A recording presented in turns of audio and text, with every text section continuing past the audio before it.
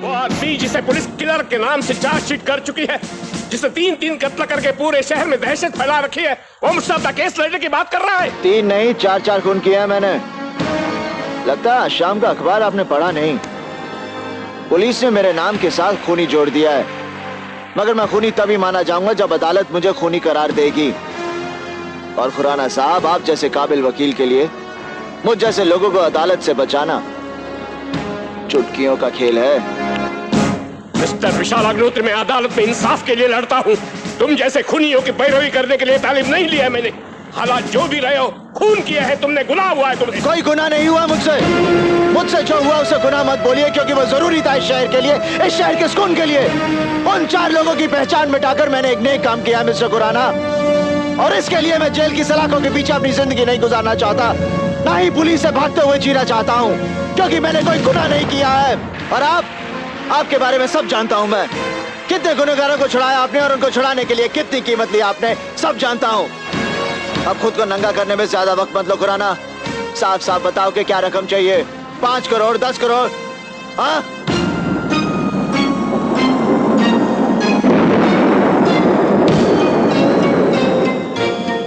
शराब पियोगे? मैं शराब नहीं पीता। मिस्टर विशाल, तुमने अपने केस के लिए जो कीमत लगाई है उससे मुझे एतराज नहीं है, मगर एक बात मैं भी जानना चाहता हूं। जिस आदमी के पीछे पुलिस लगी है, जो पनाह के लिए शहर का एक कोना तलाश रहा है, वो 10 करोड़ का इंतजाम कहां से कर पाएगा? खुराना साहब, अगर मैं बदनाम हुआ हूं तो थोड़ा सा नाम भी कमाया है, पैसे आपको मिल जाएंगे। ठीक है, तुम अपना कमिटमेंट पूरा करो और पुलिस को सरेंडर करो। विस्तृत समाचार इस प्रकार हैं। एक अपराधी विशाल अग्निहोत्री और पुलिस के बीच चल रही आंख मिचौली आज समाप्त हो गई। विशाल अग्निहोत्री ने आज पुलिस के सामने आत्मसमर्पण कर दिया। इस अपराधी को 4 बड़ी हस्तियों के कत्ल के मामले में चार्जशीट किया गया था और पुलिस इसकी तलाश में थी। मिस्टर खुराना, विशाल का पुलिस के आगे सरेंडर करने का क्या यही मतलब है कि उसने ही खून किए हैं? आप गलत समझ रहे हैं। विशाल के सरेंडर करने के पीछे ये है कि फिलहाल की परेशानियों से बचना चाहता है। सर, आप अब तक अपने करियर में कोई केस हारे नहीं। इस केस में तो पुलिस के फाइल में नाम चढ़ना इसका मतलब ये नहीं कि वो खूनी हो जाता है। इसका फैसला अदालत करेगी। आप इंतजार कीजिए, सच्चाई सामने आ जाएगी। बस। One last question, sir. I'm sorry, no more questions. No more questions. ये पेपर्स तुम्हें साइन करने हैं विशाल। कोर्ट में तुम्हारे केस को दाखिला तो मिल गया है। 7 तारीख मिली है पहली सुनवाई की। मेरे ख्याल से ये मामला 4 तारीखों तक खींचेगा। मैंने तुम्हारी क्राइम ब्रांच शिफ्ट करवाने के ऑर्डर्स कैंसिल करवा दिए हैं। अब तुम यही रहोगे। यहाँ कुछ ऑफिसर्स हैं मेरे पहचान के, वो तुम्हारा खास ख्याल रखेंगे। बस अब तुम यहाँ कुछ गड़बड़ मत करना। तैश में अगर तुम्हारा खुद पे काबू तो रहता नहीं, और मैं नहीं चाहता कि तुम्हारी चार्जशीट में कोई नई बात जुड़े। पहली कुछ तारीखों में मैं तुम्हें कोर्ट में हाजिर नहीं कर रहा हूँ। मैंने तुम्हारी मेडिकल रिपोर्ट्स लगा दी है। हो सकता है पुलिस का कोई मेडिकल ऑफिसर तुम्हें एग्जामिन करने आए, तुम उसके साथ। आप बेफिक्र रहिए खुराना साहब, मैं यहाँ कोई गलती नहीं करूंगा। मैं भी नहीं चाहता कि मेरी चार्जशीट में कोई छोटी मोटी बात जुड़े।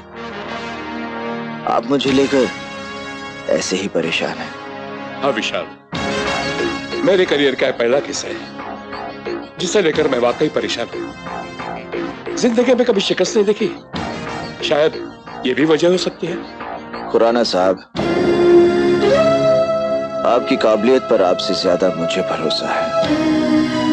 ये केस आप ही जीतेंगे, यकीन कीजिए। इस केस के बाद कानून के इतिहास में आपका नाम याद रखा जाएगा। भाई, खुराना साहब ने तो कमाल ही कर दिया। पिछली तारीखों में क्या पुलिस की धज्जियां उड़ाई है उन्होंने। अरे खुराना साहब जैसा वकील कभी कोई केस हार सकता है क्या? हाँ, सही बात।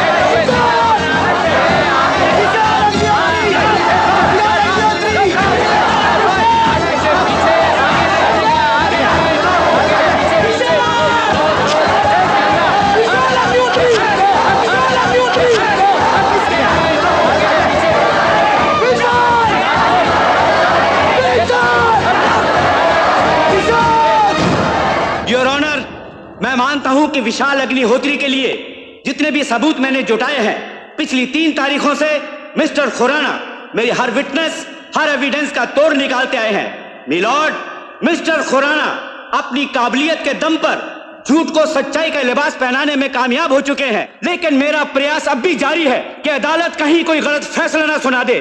विशाल जैसे खूनी को बाइज्जत बरी करने का मतलब देश के नौजवानों को आतंक के रास्ते पर। Objection milord. मिस्टर सिन्हा, इस केस के मुतल्लिक बातों से हट रहे हैं। यहां अदालत में यह कार्रवाई चल रही है कि विशाल अग्निहोत्री का इन 4 कत्लों से ताल्लुक है या नहीं। और मेरे काबिल दोस्त, बजाय इस मुद्दे पर बात करने के इस देश के भविष्य के बारे में चिंता कर रहे हैं। Order order. मिलॉर्ड, मैं इनकी परेशानी समझ सकता हूं। पिछली तारीखों में विशाल अग्निहोत्री के खिलाफ कोई सबूत या गवाह जुटाने में ये नाकाम रहे हैं, और आज की तारीख में भी अदालत के सामने कुछ कहने या रखने के लिए इनके पास कुछ भी नहीं बचा है। परेशान होकर ये कुछ टटोलते हैं, तलाशते हैं और बातचीत के रुख को कहीं और मोड़ देते हैं। मिलॉर्ड, मैं पिछली तारीख के उस मुद्दे को दोबारा उठाना चाहता हूं। मिलॉर्ड, 7 नवंबर की ही रात एक बूढ़ी औरत अपने बच्चे के साथ चेंबूर नाके पे एक रिक्शा वाले से टकराती है। वहां मौजूद विशाल अग्निहोत्री की नजर उस हादसे पर पड़ती है। वो भागकर उस रिक्शा वाले को पकड़ता है और उस बूढ़ी औरत और बच्चे को लेकर बॉम्बे हॉस्पिटल पहुंचता है। वहां के ड्यूटी ऑफिसर डॉक्टर पटेल अपने नजदीकी पुलिस स्टेशन शांतिनगर को इस केस के बारे में इन्फॉर्म कर देते हैं। उसके बाद इंस्पेक्टर शर्मा और हवालदार मात्री अपनी कार्रवाई पूरी कर देते हैं। इस कार्रवाई के दौरान विशाल को करीब 1.5-2 घंटे तक वहां हॉस्पिटल में बिठाया गया है।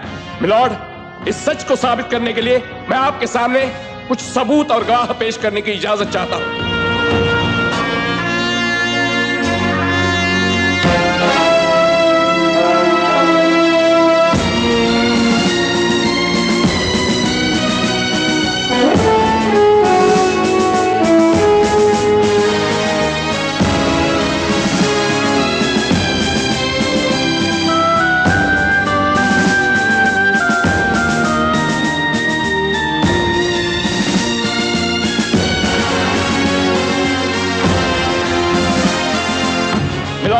ये पूरी तरह साबित हो चुका है कि मेरे मुवक्किल का इनमें से किसी भी एक कत्ल में कहीं कोई हाथ नहीं है।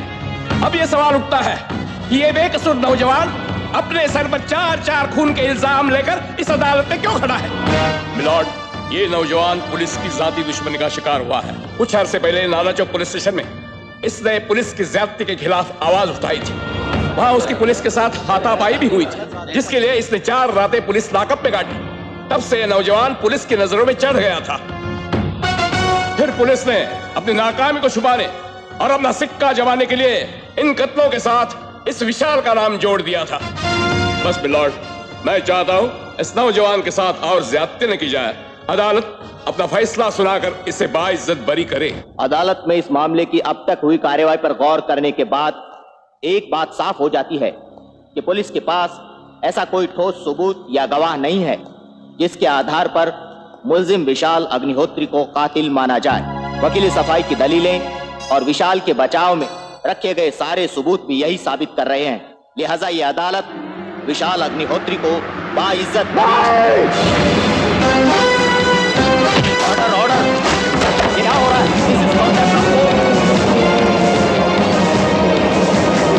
विशाल अग्निहोत्री की तौहीन है। विशाल अग्निहोत्री क्या कर रहे हैं आप? Order order mister Vishal Agnihotri, अदालत की तौहीन है। I say stop it! I say stop it! This is contempt of court! Mister Vishal Agnihotri, छोड़ दीजिए इन्हें। Order order I say stop it! Order order छोड़ दीजिए इन्हें। ये अदालत की तौहीन है। This is contempt of court! छोड़ दीजिए इन्हें। I say stop it! छोड़ दीजिए इन्हें। अब नहीं भागूंगा यहाँ से, नहीं भागूंगा यहाँ से, भागूंगा नहीं। मैजिस्ट्रेट जयवंत डोगरा साहब, जगदीश खुराना की लाश पड़ी है यहाँ पर, मार दिया इसे मैंने। और आप ये कुर्सी छोड़ दो, आपको इस कुर्सी पर बैठने का कोई हक नहीं। अरे बचा लिया, आज मैंने आपको एक गलत फैसला सुनाने जा रहे थे आप। और ये जगदीश खुराना इसने इस अदालत में यह साबित कर दिया कि मैंने कोई कत्ल नहीं किया, बेकसूर हूं मैं। नहीं, मैंने एक नहीं 4 खून किया मैंने। और ये बात ये भी जानता था। अरे अदालत में आने से पहले इसने सब कुछ जान लिया था मुझसे। इसे मालूम था कि मैंने किसे कब कहा और किस हाल में मारा है। इसने मुझसे पूछा था कि गोली मैंने कितनी दूरी से चलाई थी और वो गोली सीने में लगी थी या सर में। जिसका गला दबाकर मैंने मारा था उसके मुंह से खून निकला था या नहीं, उसकी आंखें खुली थी या बंद, ये सब ये जानता था। कुछ समझ में आ रहा है मैजिस्ट्रेट जयवंत डोगरा साहब? कुछ समझ में आ रहा है? 10 करोड़ रुपए लिए थे इसने मुझे बचाने के लिए। जगदीश खुराना कानून का हिमायती नहीं, कानून के बाजार में अपनी दुकान चलाता था। मैंने कानून से बचने के लिए नहीं, कानून की आंखें खोलने के लिए अपना केस इसके हाथों में दिया था। यह अदालत है, इंसाफ होता है यहां पर, सच्चाई और झूठ की परख होती है यहां पर। नहीं, यहां पर कुछ नहीं होता, सिर्फ बहिष्कार होता है, बहिष्कार, कानून का बहिष्कार। हर अदालत में जगदीश खुराना जैसे लोग करते हैं बहिष्कार, और हर अदालत में ऊंचाई पर इनके जैसा ही एक आदमी बैठा होता है, ऐसे ही। और बैठे होते हैं ये सब तमाशबिन लोग, पूरा तमाशा मजा लेकर देखते हैं। इनके लिए अदालत की कार्रवाई हो या मदारी का खेल, बस मजा आना चाहिए, मजा। क्यों आ रहा है ना मजा? मजा लो, मजा। कुछ समझ में आ रहा है मैजिस्ट्रेट जयवंत डोगरा साहब? अरे अगर तमाशा ही करना तो इतने बड़े तामझाम, इतनी बड़ी जगह की क्या जरूरत है? अरे बंद करो ये सब कुछ, बंद करो ये दुकान, बंद करो। और आप हाँ, ले चलो मुझे काल कोठरी में। लेकिन मैंने जिसे भी मारा है वो सब इसके जैसे थे, ये हरामी जैसे लोग थे वो सब। कुछ समझ में आ रहा है मैजिस्ट्रेट जयवंत डोगरा साहब? कुछ समझ में आ रहा है? अरे कुछ समझ में आ रहा है आपको?